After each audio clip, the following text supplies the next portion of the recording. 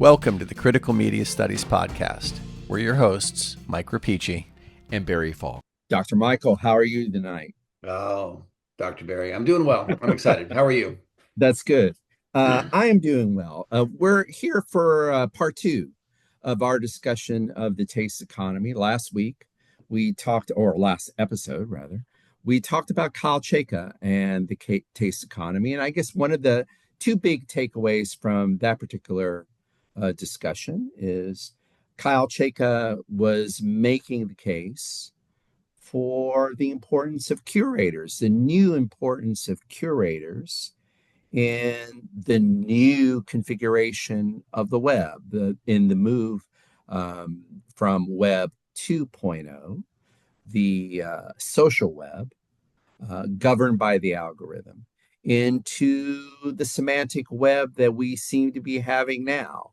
And in this particular episode, we're going to follow up with a colleague, confrere, collaborator almost with Kyle Chayka, and that's Daisy Alioto, who is the founder of the Dirt site, right?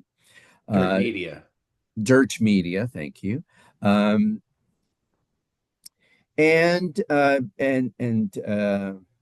Ms. Alioto has a talk called The Taste Economy, where she tries to sort of talk about the current crisis and also suggest the ways in which the taste economy presents a way out of this contemporary crisis. Yeah, that's yes. It's an interesting word to use, I think, to call it a crisis. And I think I don't know. Let me ask, why do you see this as a crisis? Well, that's interesting. Do you feel that's inflated language, that this is just a transition? Well, no, I think I'm in call, or rather, you may be thinking that I assume that's behind your question. So let Well, me answer your question. yeah. I feel I'm channeling Ms. Alioto in this, in the sense that she has, judging from her essay, but also from that sort of TED talk, whatever it was, right? Hmm. I didn't remember the specific auspices, but it was definitely sort of talking about, to media entrepreneurs, a talk meant for media entrepreneurs and media business persons. And I think there was a felt dissatisfaction that I am calling a crisis, a felt dissatisfaction with the current state of the algorithm. I think And the sense that the algorithm, and I'll use one of the examples that Daisy Alioto mentions in the Taste Economy talk, Goodreads, and I'll just paraphrase her comments on Goodreads. So Goodreads, in a sense, Goodreads is everything that the wise and brave founders of the internet wanted the internet to be. It is a forum that allows for people to share their knowledge of books, to make snotty ass one liners if they want to, or if you would prefer, you can write a seasoned professional expert disquisition on your text of choice. But and that promiscuous democracy of response was kind of the grand dream of the internet. And one senses that and the internet was offering a kind of democracy of opinion on a scale, on a global planetary scale, that humanity has never seen.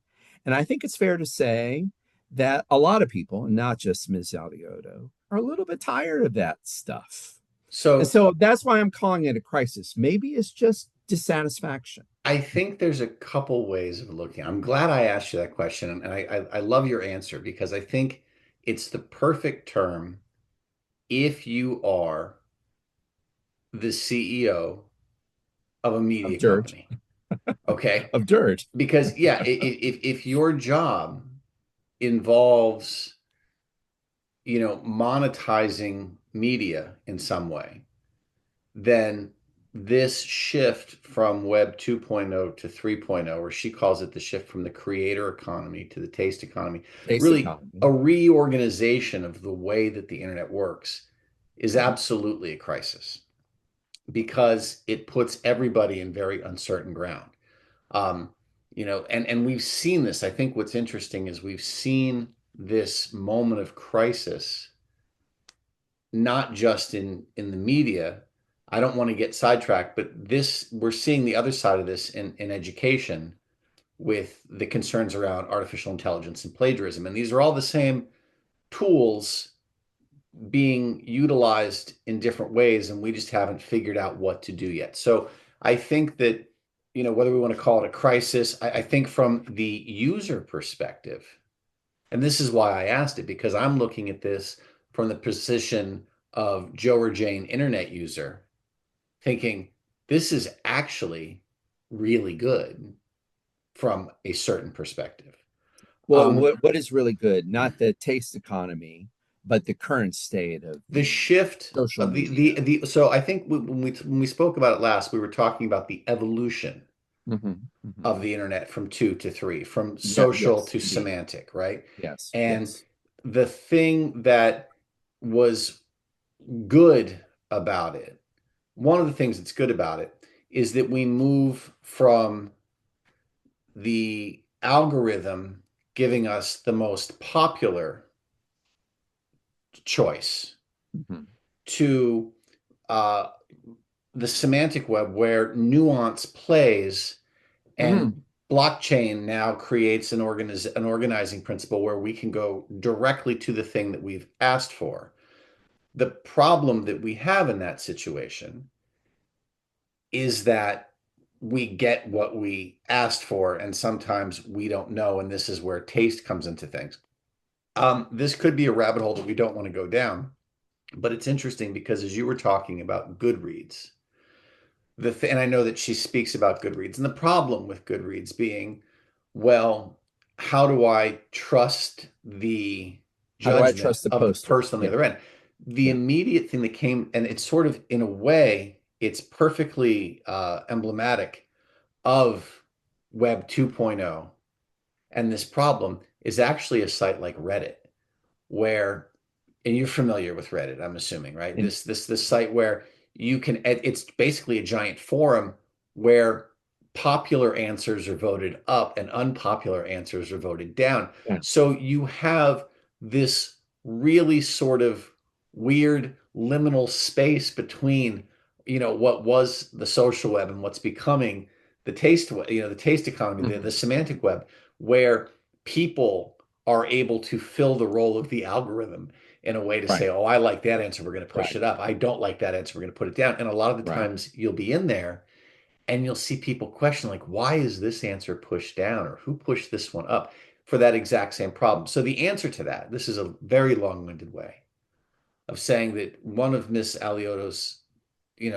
sort of takeaways here is that the new thing that we have in the taste economy is the aesthetic, is taste. In Web 3.0, we have taste, which is sort of the answer to scale, Right, right? right, right. The answer And to the problem in, and I want to say it's a kind of culture, a meaning crisis, actually. I think the problem is a meaning crisis created by scale and created the Reddit example. I'm so glad you brought that up, right?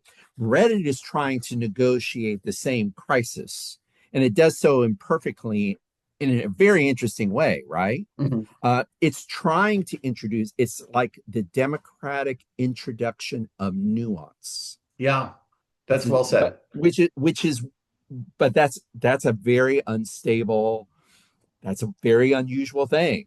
Well, um, I, and I I think that Daisy Alioto is thinking there must be another way to handle this and introduce friction and nuance Well, into and that's the the thing. I conversation think about culture. that's the thing that's so interesting to me, and not not to sound like a Platonist here, but that's the problem with democratic, right? Is if we have too many voices of unclear authority, then that democracy becomes problematic.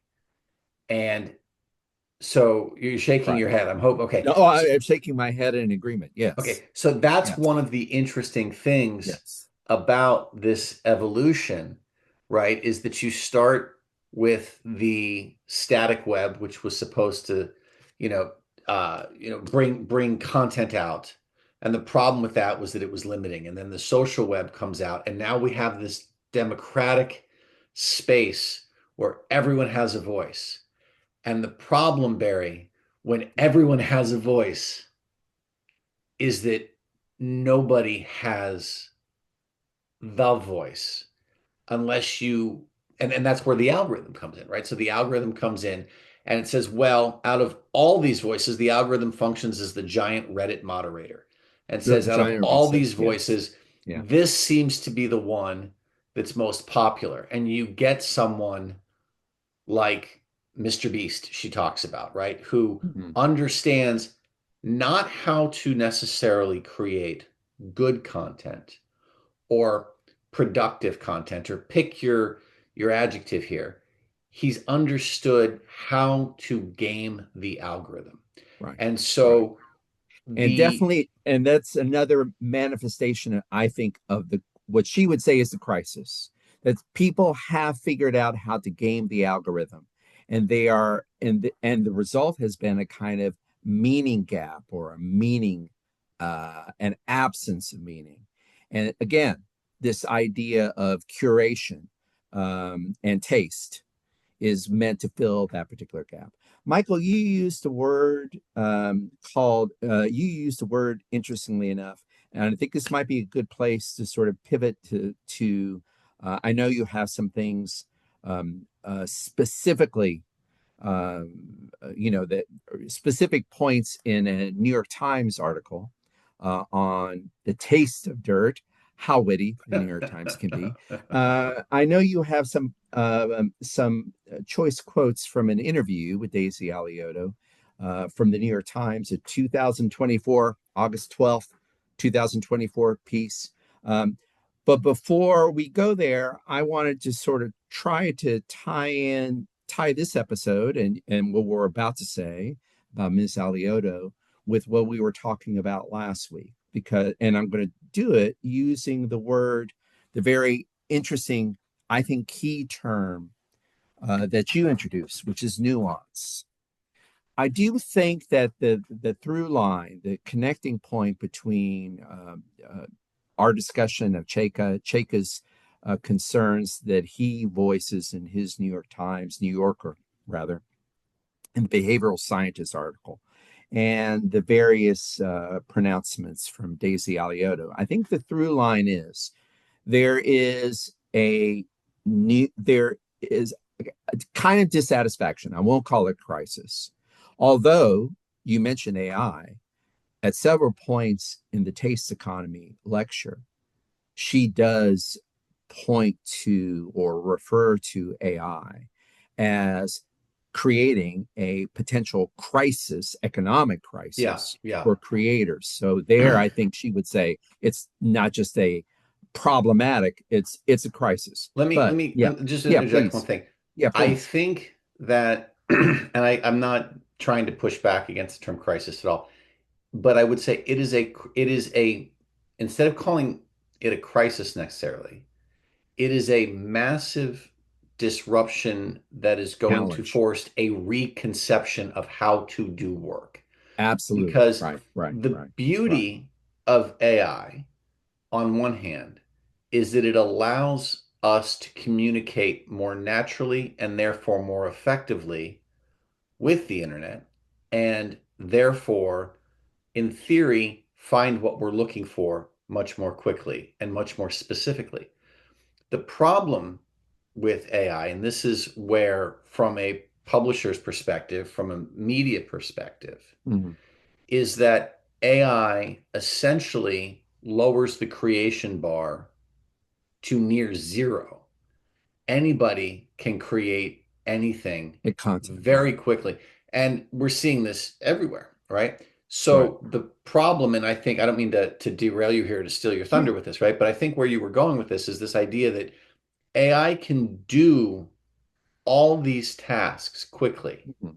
Mhm. What it cannot do is taste. AI does not Absolutely. understand, it understands linguistic nuance, but it is incapable of artistic I don't want to say artistic nuance necessarily. It's incapable of taste. It does because Well, it is subjective. right. It is subjective. It is Because taste nuanced. is subjective. Yes, yes. Mhm. And it's not so much a question of good taste or bad taste. It's just I think it's one of those things that it's human. And Mhm. we've talked about this, I don't want to say ad nauseum, but we've talked about this in a million different ways. The internet is not human. It does not think. It cannot think in the way that you and I or anyone listening to this recording thinks.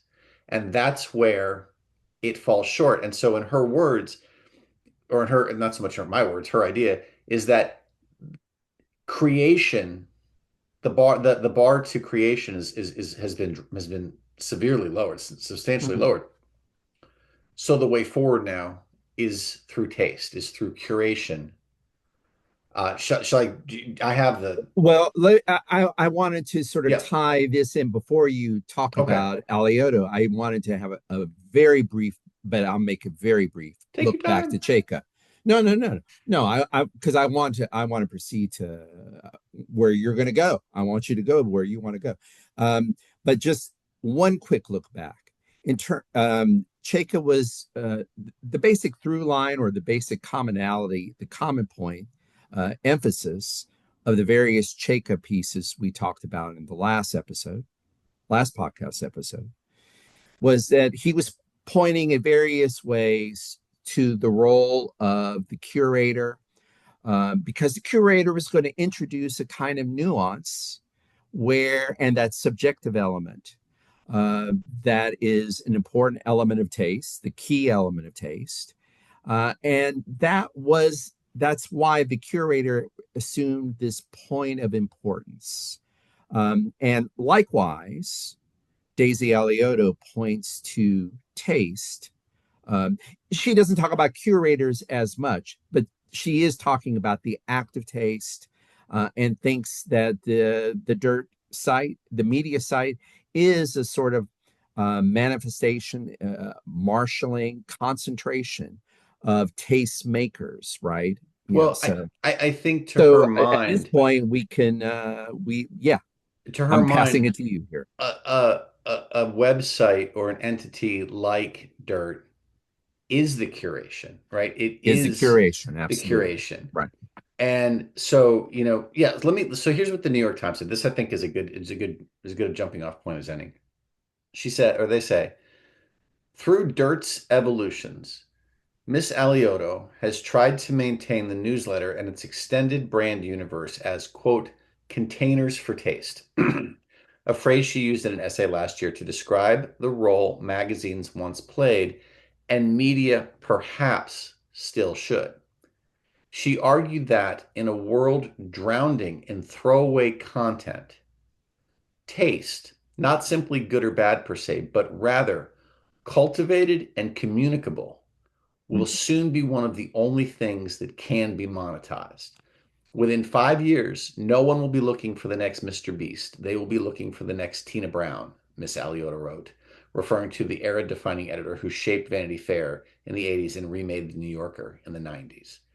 So her argument is that, Yeah, let's unpack this. right? So, First off, can I mention something? absolutely. In just in your quote, as I was listening to it, drowning. We are drowning. What was the exact It's line? funny. It's funny that you say that because that particular word is highlighted for me here, right? That the line is she What argued was the line? that well, so here we go. Great minds, Barry, great minds. She argued that in a world drowning in throwaway content, taste, not simply good or bad, but rather cultivated, communicable, will soon be one of the only things that can be monetized. See, the drowning aspect of all of this content Hmm.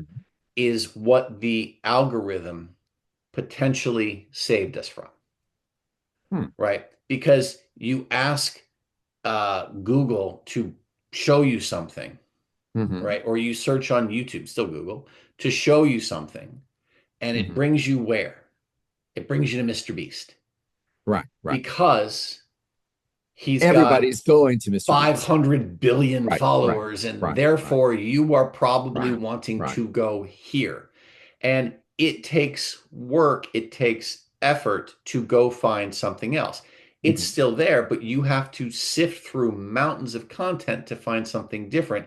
The algorithm streamlines it for you, Indeed, right? indeed. So, what she says is in a world drowning in throwaway content, not simply good or bad, but cultivated and communicable, will soon be one of the only things that can be monetized. So, the way forward now, if you are a media empire, is Hmm. not scale, it is not to have everything.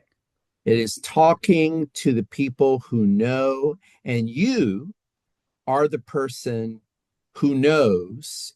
This is the weird circular aspect of this See, I don't see it. that Look, that you can tell me. it is, Okay, but it's not circular. Tell me how it's not there's two. circular. Think about the two key words here: Yeah, cultivated and yeah. communicable. Okay. Right? You are going to find this person, whoever Yeah, your curator is, whatever yeah, yeah, this person or entity is, right?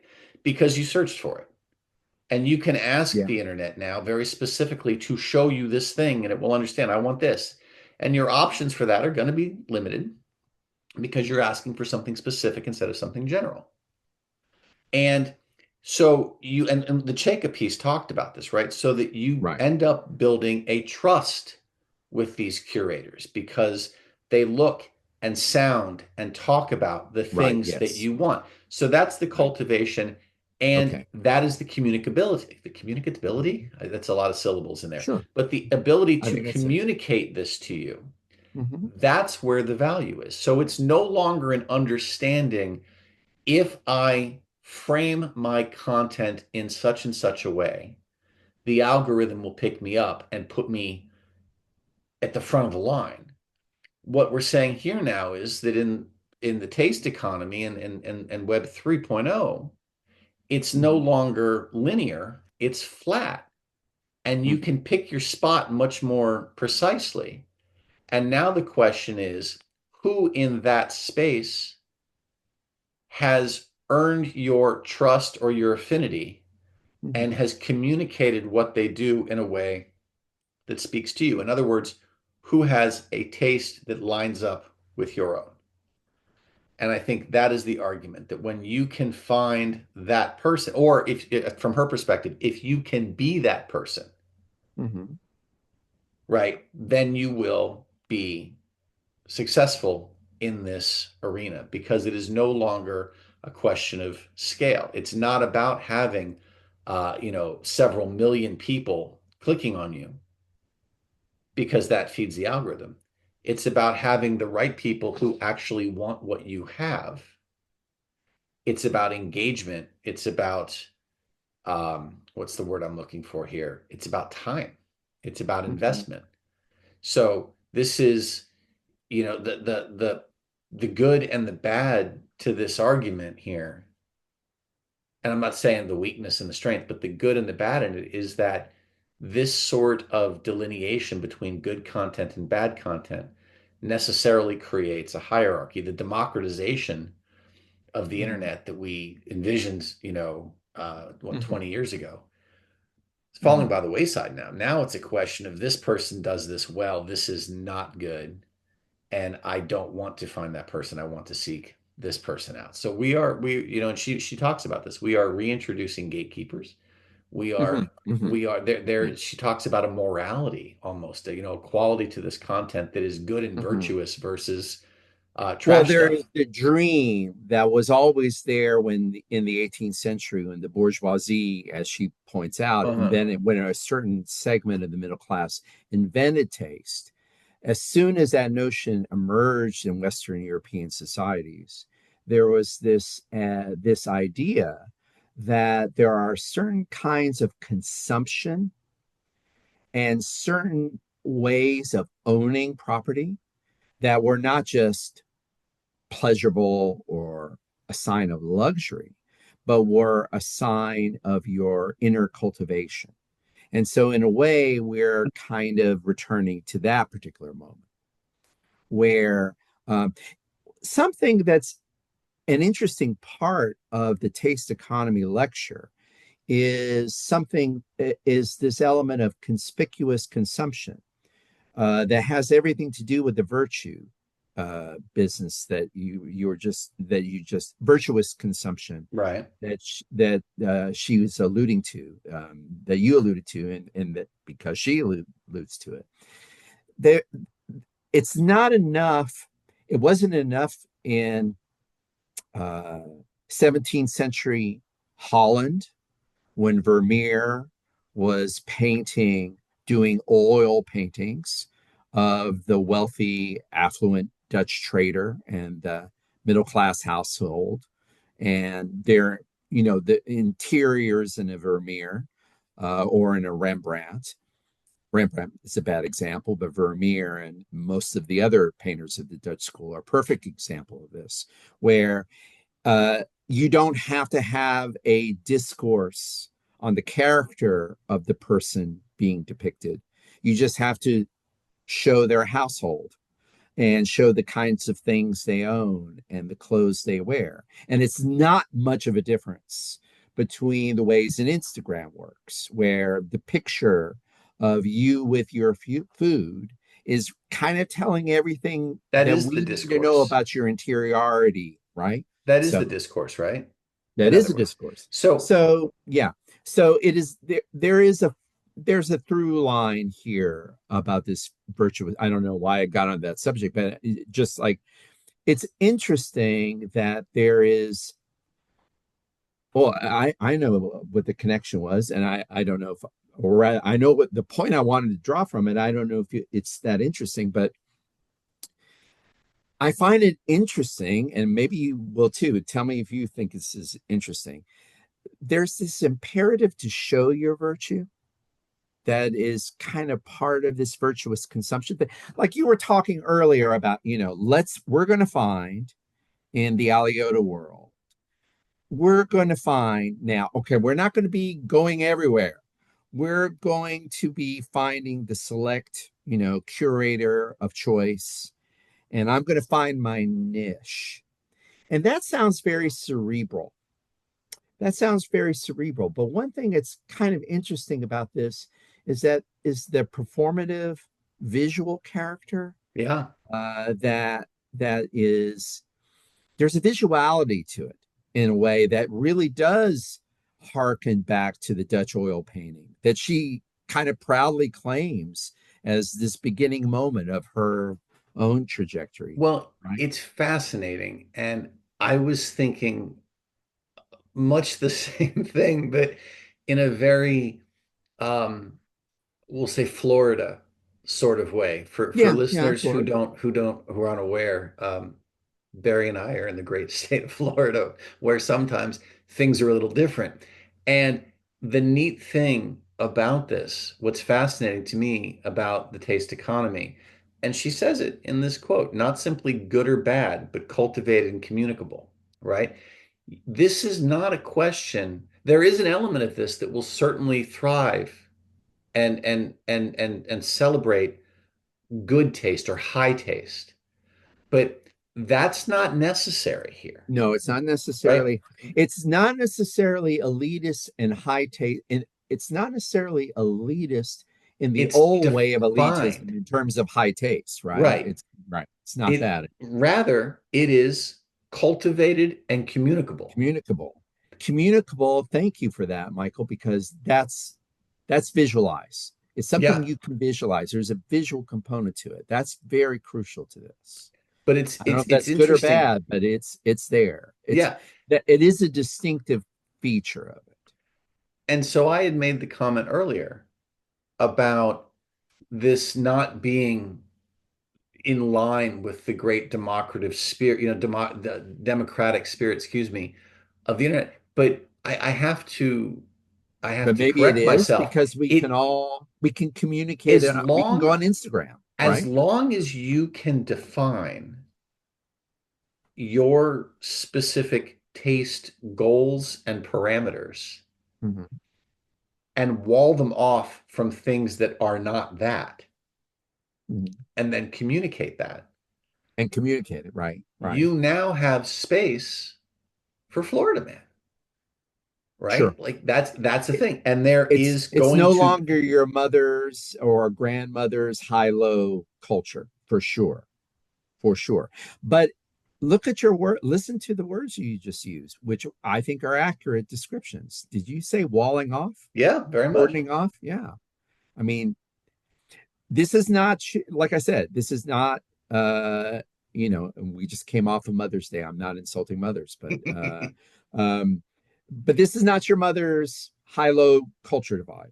Absolutely. Well, But it is exclusive. It is a it's little exclusive, but bit. here's the thing. We have to be careful here because there is a way and a place and a time to celebrate things that are not high Celebrate culture. Florida, man. Absolutely.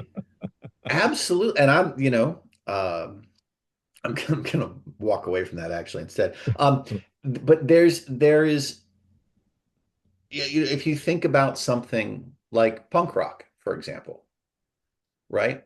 The Indeed. one of the sort of the celebrations of punk rock was the DIY ethos and the fact that this is not Everybody can polished potentially do it. and pretty, that this is, but it's and everybody can do it, but there are very, I mean, this is an argument, right? This is punk rock, this is not punk rock. Sure. This is the great, one of the whole the democratic but yet stark division Right. between Right, what right, is and right, what right, isn't. right, right, right. And punk, since you mentioned the punk example, I mean, it's interesting that um, the punk ethos, punk minimalism, punk DIY, in short order, there are two prominent responses to it. So one response was post-punk, and I'll never forget this is something from Simon Reynolds' um, uh, wonderful study of punk rock. He had an interview with Severin from Susie and the Banshees, Mhm. where he says, "I'm sorry, I'm sorry, not everyone can do it. Not It's everyone could do it." and that So that well, let me say two things, right? And they're both a response to what you were saying, this punk minimalism, and that just shows you how impossible it is to contain minimalism and punk minimalism. So there's one school, post punk, where you'll have musicians saying, not everyone can be in Susie and the Banshees. Not everyone can really do this. That's one thing. And then you'll have another one, the other reaction, and it's coming out of the punk minimalism thing. The other reaction is, no, we are indeed raw. And there you have to change in order to continue in that discourse, you have to stay within the realm. You have to start policing a discourse of, and this is what you're referring to, a discourse of authenticity. yes. And see, this is the thing, right? It is cultivated and it is Cultivated communicated and and it is different. communicated. And here's the funny thing Wonderful. about it. And but I think this is probably time to come full circle and wrap Yeah, this up here, right? You could ask any of these AI to write you a punk song, right. okay? And it could spit out lyrics for it. And you could ask it to give you a chord progression, and it can give you a chord progression. It could do everything for you, but it's going to be Hallmark punk rock. It's going to be Right, right, right, something that right. looks like it. It's got the idea, but that it cannot do the aesthetic. And that's the distinction. And that's what's monetizable. That is the way forward. That's what's monetizable. Michael, I want to get to the exit ramp too, but I had another way of getting to the exit ramp, and I think it's going to be very quick though. but I would like you to read something again, very small Hmm. snippet, and then I'd like you to answer it, and I'll try to answer it too. Oh And boy. so we're going to get to the off ramp. It's part of what you just read. I want you read the bit about Mr. Beast again, and you can Okay. read the Tina Brown again. Just read that With so she sentence says, um, within 5 years, within 5 years, nobody will be looking for the next Mr. Beast. right? They will be looking for the next Tina Brown. Okay, thank you. Now my question for you, and I'll try and answer it after you do. Um, is that true? So, Is Mr. Beast? Yeah. Okay. So let me set up your answer. Let me set up your answer okay, just to say okay. one thing. Just say one thing. I do think that at the end, thank you for this conversation. I Yeah. think at the end of this conversation, I do feel that Alioto and Sheikha have put their fingers on, I want to, let's end on a moment of praise, a note of praise, because they putting their fingers on, I won't call it a crisis, but a problem, an issue, a challenge that we are facing at this particular moment in the evolution of the internet. Um, so they're pointing toward it. And there is this sense that we need a solution or sort of a good response. And we haven't quite had the perfect or the maybe even the adequate response, the necessary response to this particular challenge. And so I think Alioto assumes if we allow curate, if we build curator culture, Shakatu, if we build curator culture, it's going to come. This is where we're going to go. And I'm asking Dr. Michael Rapici to look in his crystal ball and say, is it true? Is Mr. Beast's hegemony, are his days over? I think if things continue, right? So think about what she says. She argues in a world drowning with throwaway content taste. There is an ocean of content available.